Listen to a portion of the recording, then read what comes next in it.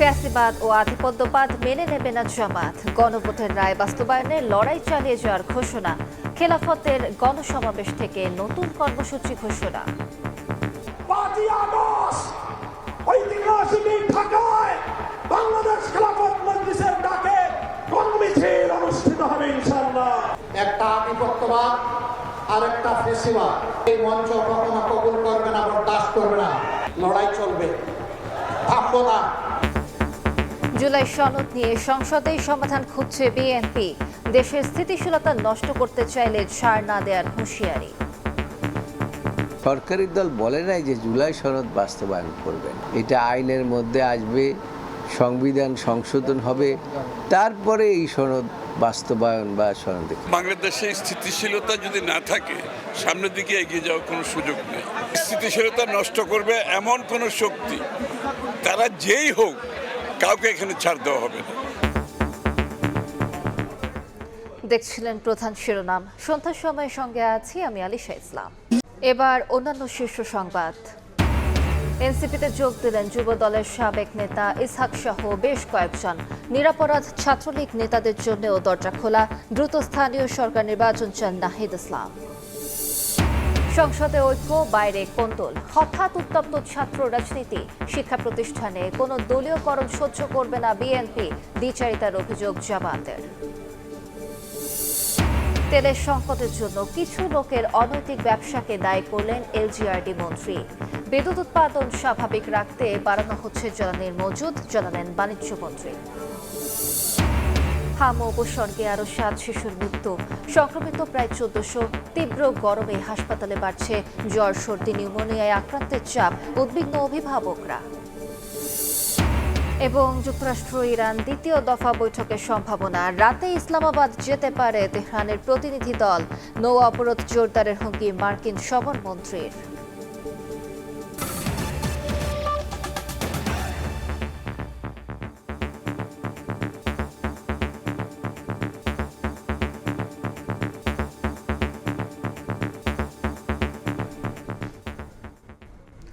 দেশে কোনো দলের একক আধিপত্যবাদ বরদাস্ত করা হবে না বলে হুঁশিয়ারি দিয়েছেন বিরোধী দলীয় নেতা ও জামাতের আমির ডক্টর শফিকুর রহমান।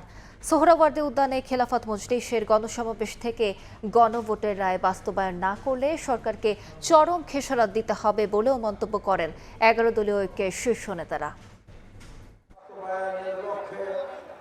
গণভোটের রায় এবং জুলাই সনদের পরিপূর্ণ বাস্তবায়নের দাবিতে রাজধানীর সোহরাওয়ার্দী উদ্যানে বাংলাদেশ খেলাফত মজলিসের গণসমাবেশ। সারা দেশের বিপুল নেতাকর্মী সহ যোগ দেন 11 দলীয় ঐক্যের শীর্ষ নেতারা। ফ্যাসিবাদী আমলে আলেম সমাজের ভূমিকা তুলে ধরেন দলটির আমির মামুনুল হক। অভিযোগ করেন সরকারের কূটনৈতিক ব্যর্থতার দায়ে জ্বালানি সংকট তীব্র হচ্ছে। বাংলাদেশের বর্তমান সরকারের কূটনৈতিক ব্যর্থতার কারণে হরমুজ প্রণালীতে বাংলাদেশের তেলের জাহাজগুলো বারবার আটকে যাচ্ছে। গণভোটের রায় বাস্তবায়ন না করলে সরকারকে চরম খেসারত দিতে হবে উল্লেখ করে বক্তারা বলেন, আগামী দিনে সংসদ এবং রাজপথ থেকে একযোগে আন্দোলন করবে 11 দলীয় ঐক্য। বাংলাদেশের জনগণ, বাংলাদেশের ধর্মপ্রাণ দেশপ্রেমিক মানুষ এই নতুন করে জেগে ওঠা স্বৈরতন্ত্র, পুরনো বন্দোবস্ত, পুরনো সংস্কৃতিকে যারা টিকিয়ে রাখতে চায় তাদেরকে কোনোভাবেই প্রশ্রয় দেবে না। জামায়াত আমির ডাক্তার শফিকুর রহমান অভিযোগ করেন, গণভোটের রায় উপেক্ষা করে সরকার ফ্যাসিবাদী হয়ে উঠছে। হুঁশিয়ারি দেন, দেশে কোনো একক দলীয় আধিপত্যবাদ বরদাস্ত করবে না 11 দলীয় ঐক্য। এই রায় বাস্তবায়ন না হওয়া পর্যন্ত আমাদের আন্দোলনে আমরা কোনো ধরনের বিশ্রাম নেব না। আজকে এই দাবি বাস্তবায়নের জন্য আমাদেরকে সোহরাওয়ার্দী উদ্যানে আসতে হলো। তারা জাতির সাথে বিশ্বাসঘাতকতা করেছেন, এই কারণে আসতে হলো। সমাবেশ থেকে গণভোটের রায় বাস্তবায়নে দেশব্যাপী 90 দিনের কর্মসূচি ঘোষণা করে বাংলাদেশ খেলাফত মজলিস। শফিক মুন্সি, সময় সংবাদ, ঢাকা। জুলাই সনদ বাস্তবায়ন দাবিতে বিরোধী দল রাজপথে গেলেও এখনও সংসদেই সমাধান খুঁজছে বিএনপি। নেতারা জানান, দেশের স্থিতিশীলতা নষ্ট করতে চাইলে ছাড় দেওয়া হবে না। হাসান বলির প্রতিবেদন। 2 দশক পর বড় ম্যান্ডেটে ক্ষমতায় আসায় উন্নয়ন কর্মসূচি এগিয়ে নিতে সরকার ও বিএনপি এখন একাকার। দিবস কেন্দ্রিক আয়োজন ছাড়া অনেকটাই নীরব নয়াপল্টন কার্যালয়। আওয়ামী শাসনের দমনপীড়নেও রাজপথে হার না মানা দলটি ব্যস্ত সংগঠন গোছাতে। জুলাই সনদ বাস্তবায়ন প্রক্রিয়া নিয়ে সরকার ও বিরোধী দলের মতভেদ এখন গড়িয়েছে রাজপথে। সংবিধান সংস্কারের দাবিতে অনড় বিরোধী দল, অন্যদিকে বিএনপির অবস্থান সংশোধনের পক্ষে। এই দুই শব্দের লড়াইয়ে ক্রমেই ঘনীভূত হচ্ছে রাজনৈতিক সংকট। 2 মাসের মধ্যে বিরোধী দলের রাজপথে এমন আন্দোলনকে সন্দেহের চোখে দেখছে বিএনপি। অরাজকতা সৃষ্টি করতে চাইলে বিএনপি মাঠে নামবে বলে হুঁশিয়ারি নেতাদের। দেশটাকে অরাজকতা সৃষ্টি করে এদেশের জন্য গণতন্ত্র আর না আসতে পারে, তাহলে তাদের বিরুদ্ধে আমরা অবস্থান নিব না। যারা নামবে দেশের জনগণের বিরুদ্ধে, আমরা তখন তাদের বিরুদ্ধে আমরা অবস্থান নিব। বাংলাদেশে স্থিতিশীলতা যদি না থাকে সামনের দিকে এগিয়ে যাওয়ার কোনো সুযোগ নেই। স্থিতিশীলতা নষ্ট করবে এমন কোনো শক্তি, তারা যেই হোক, কাউকে এখানে ছাড় দেওয়া হবে না। রাজপথের সংঘাত এড়িয়ে সংসদীয় বিতর্কের মাধ্যমে এই সংকটের যৌক্তিক সমাধান সম্ভব বলে মনে করছেন বিএনপির ভাইস চেয়ারম্যান। সরকারি দল বলে নাই যে জুলাই সনদ বাস্তবায়ন করবে না। এই সংসদ চলবে, এটা আইনের মধ্যে আসবে, সংবিধান সংশোধন হবে, তারপরে এই সনদ বাস্তবায়ন বা সনদে। কিন্তু তার আগেই, ঘোড়ার আগে তো গাড়ি জোড়া যায় না। বিএনপি নেতারা বলছেন লক্ষ্য এখন দ্বিমুখী। একদিকে রাষ্ট্র মেরামত, অন্যদিকে দল পুনর্গঠন। তবে রাজপথে বিরোধী দলের কর্মকাণ্ডের ওপর সজাগ দৃষ্টি রাখছে বিএনপি। হাসান ওয়ালি, সময় সংবাদ, ঢাকা। সংসদে সরকার ও বিরোধী দলের ঐক্য আর বাইরে কোন্দলে লিপ্ত তাদেরই 2 ছাত্র সংগঠন। বিএনপি বলছে শিক্ষা প্রতিষ্ঠানে কোনো দলীয়করণ চলবে না। অন্যদিকে সরকারি দলের বিরুদ্ধে দ্বিচারিতার অভিযোগ এনে ছাত্রদলকে সংযুক্ত হওয়ার আহ্বান জানিয়েছে জামাত। ক্যাম্পাসে সংঘাত বন্ধ ও সহাবস্থান নিশ্চিতে সাংগঠনিক অভিভাবকের ভূমিকা চান বিশ্লেষকরা। হাসান ফলির প্রতিবেদন।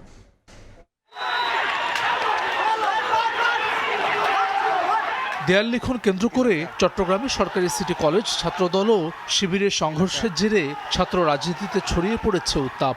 একই ঘটনায় কেন্দ্র করে পাবনা ও সবশেষ বৃহস্পতিবার রাতে ফেসবুকে ফটো কার্ড নিয়ে ঢাকা বিশ্ববিদ্যালয়ে 2 সংগঠনের নেতাকর্মীদের মাঝে দেখা দেয় উত্তেজনা। রাজপথে যখন ছাত্র সংগঠনগুলোর মারমুখী অবস্থান, ঠিক তখনই সংসদে জ্বালানি সংকট নিরসনে অভূতপূর্ব ঐক্য মূলদল বিএনপি জামায়াতের।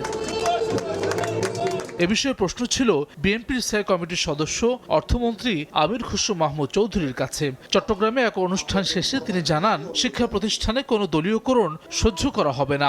আইনের বাইরে কেউ যাওয়ার কোনো সুযোগ নাই। আমরা পরিষ্কারভাবে বলছি, কোনো জায়গায় কোনো দলীয়করণ করার কোনো সুযোগ নেই। একই বিষয়ে ঝিনাইদহে জামায়াতের সেক্রেটারি জেনারেল মিয়া গোলাম পরোয়ার অভিযোগ করে বলেন, সংসদে বিএনপি ঐক্যের কথা বললেও অন্যদিকে সংঘাত উস্কে দিচ্ছে সরকারি দলের ছাত্র সংগঠন। সংসদে সমঝোতার কথা বলবেন, আবার সেই দিন সন্ধ্যায় ডাকসুরে তাদের উপরে হামলা করবেন। এই দ্বিচারিতা জনগণ মেনে নেবে। এ অবস্থায় বিশ্লেষকরা বলছেন, ছাত্র সংগঠনগুলোকে নিয়ন্ত্রণের পাশাপাশি ক্যাম্পাসের পরিবেশ শান্ত রাখার দায়িত্ব নিতে হবে মূল দলকেই। গত 2 দিন যাবত যা হয়েছে সেগুলো হয়তো আগেই প্রাক্কলন করা এতটা যায় নাই, কারণ এগুলো অনেকগুলো সোশ্যাল মিডিয়ার কারণে হয়েছে অথবা হঠাৎ করে হয়েছে। তো এই ঘটনাগুলো হয়তো এখন আমলে নিবে মাদার অর্গানাইজেশনগুলো এবং তারা সেই অনুযায়ী ব্যবস্থা নিবে। যদি না নেয়, এইটা কিন্তু তাদের কারোর জন্যই ভালো হবে না। ছাত্র সংগঠনগুলোকে ফ্যাসিবাদ আমলের পথে না হেঁটে শিক্ষার্থী বান্ধব কর্মসূচি প্রণয়নের তাগিদ বিশ্লেষকদের। আপনার ভবিষ্যৎ তরুণদেরকে। হাসান ওয়ালি, সময় সংবাদ, ঢাকা। এনসিপির নেতৃত্বে স্থানীয় সরকার নির্বাচনে এবার তারুণ্যের জয়ের আশা দলটির আহ্বায়ক নাহিদ ইসলামের। সাবেক যুবদল নেতা ইসহাক সরকারের এনসিপিতে যোগদান অনুষ্ঠানে এসব কথা বলেন তিনি। এদিকে দলটির মুখ্য সংগঠক সার্জিস আলম সবাই সংবাদকে জানিয়েছেন, অপরাধী নয় এমন আওয়ামী লীগ ছাত্রলীগ নেতাদের জন্য খোলা থাকছে এনসিপির দরজা।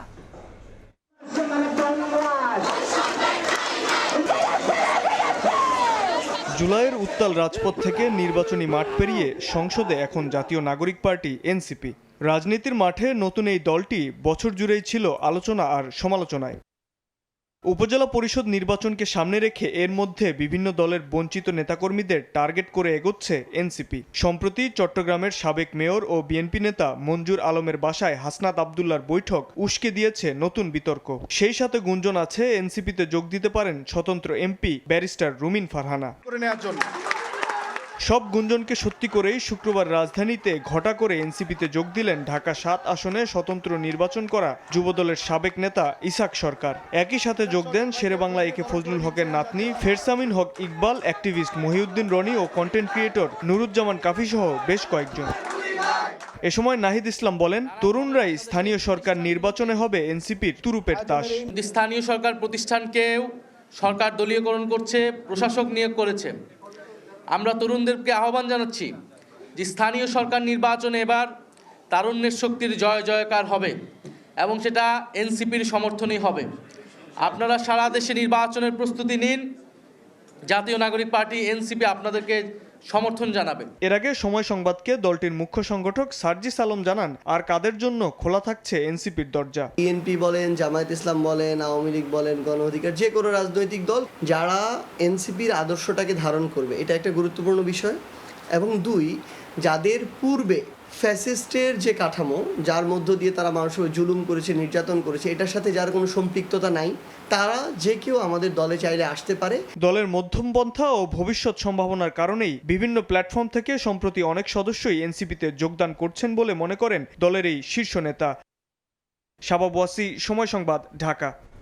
দেশে তেলের সংকট নেই, কিছু মানুষ অনৈতিক ব্যবসা করায় এই পরিস্থিতি তৈরি হয়েছে বলে মন্তব্য করেছেন এলজিআরডি মন্ত্রী মির্জা ফখরুল ইসলাম আলমগীর। দুপুরে ঠাকুরগাঁওয়ে ঘূর্ণিঝড়ে ক্ষতিগ্রস্ত পরিবারকে টিন ও নগদ অর্থ প্রদান অনুষ্ঠানে এ মন্তব্য করেন তিনি। সমস্যাটা তেল কমের জন্য নয়, সরবরাহ কমের জন্য নয়, এই সব সমস্যাটা কিছুটা হচ্ছে তৈরি করা। দুঃখজনকভাবে কিছু মানুষ এখানে একটা অনৈতিক ব্যবসা শুরু করেছে। আমি ডিসি সাহেবকে বলেছি, আমার ওনারা নিয়ম করেছেন, এটার দিকে আরো নজর দিতে হবে। কেউ যেন কোনোভাবেই তেল বিক্রি করে ফায়দা না করতে পারে, তার জন্য ব্যবস্থা করতে হবে। জ্বালানি তেল আর পরিবহন খরচ বাড়ার দোহাইয়ে বাড়তে শুরু করেছে নিত্যপণ্যের দাম। ছুটির দিনে রাজধানীর কারওয়ান বাজারের বিক্রেতারা জানান, পটল, ঢেঁড়সের মতো সবজির দাম কেজিতে 10 থেকে 20 টাকা কমলেও বেশিরভাগ সবজি বিক্রি হচ্ছে 60 টাকার উপরে। বোতলজাত সয়াবিন তেলের সরবরাহ স্বাভাবিক হতে শুরু করলেও দাম কমেনি খোলা সয়াবিন ও পাম তেলের। এরই মধ্যে আবার বাড়ছে খোলা চিনি ও লবণের দাম। সপ্তাহের ব্যবধানে আবারও 10 টাকা বেড়েছে ব্রয়লার আর সোনালী মুরগির দাম। পাইকারি বাজারে ডিমের দাম স্থিতিশীল থাকলেও খুচরা বাজারের ঊর্ধ্বমুখী প্রবণতায় প্রতি ডজনের দাম ঠেকেছে 130 থেকে 140 টাকায়।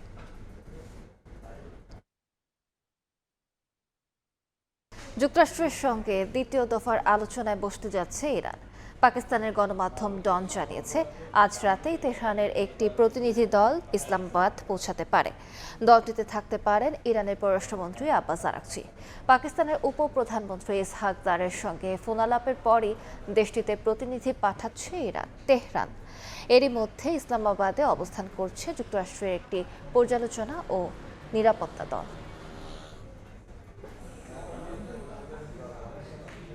নিউজিল্যান্ডের বিপক্ষে সিরিজ জিতলেও সবাইকে হতাশ করেছে স্পিন ডিপার্টমেন্ট। বিশ্বকাপের আগে তানভীর মিরাজদের আরও পরিণত হতে বললেন বিসিবি কোচ সোহেল ইসলাম। মেগা ইভেন্টের জন্য এখন থেকেই ব্যাটিং অর্ডারে স্থিতিশীলতা আনারও পরামর্শ দিয়েছেন সোহেল। দীর্ঘদিন বাংলাদেশে যারা স্পিন করছে, লিড করছে, তারা আসলে ওই ধরনের উইকেটে বোলিং করে অভ্যস্ত। তো এখন যেহেতু পেস বোলিং ফ্রেন্ডলি উইকেট হচ্ছে, তো সেখানে স্পিনারদেরকে অবশ্যই আরও ভালো হতে হবে। সেটা স্কিল ওয়াইজ, সেটা পরিকল্পনা কেমন হবে, এইগুলো আসলে ডিপেন্ড করছে। শান্ত বলেন, মিরাজ বলেন বা হৃদয় আছে, এরা কিন্তু বড় ইনিংস যখন খেলছে তখন তো আসলে মিডল ওভারগুলোতেও তাদের ব্যাটিং করার এক্সপিরিয়েন্স আছে। তো এইগুলোর পরে ট্রাস্ট রাখা। এ পর্যায়ে শীর্ষ সংবাদগুলো জানিয়ে দিচ্ছে আরেকবার। ফ্যাসিবাদ ও আধিপত্যবাদ মেনে নেবে না জামাত। গণভোটের রায় বাস্তবায়নে রাজপথে থাকার ঘোষণা। জুলাই সনদ নিয়ে সংসদে সমাধান খুঁজছে বিএনপি। অরাজকতা হলে ছাড় নয়। এনসিপিতে যোগ দিলেন যুবদলের সাবেক নেতা ইসহাক সহ বেশ কয়েকজন। নিরাপরাধ ছাত্রলীগ নেতাদের জন্য দরজা খোলা। দ্রুত স্থানীয় সরকার নির্বাচন চান নাহিদ ইসলাম। এবং সংসদে ঐক্যর বাইরে কোন্দল। হঠাৎ উত্তপ্ত রাজনীতি, ছাত্র রাজনীতি, শিক্ষা প্রতিষ্ঠানে কোনো দলীয়করণ সহ্য করবে না বিএনপি। দ্বিচারিতার অভিযোগ জামাতের।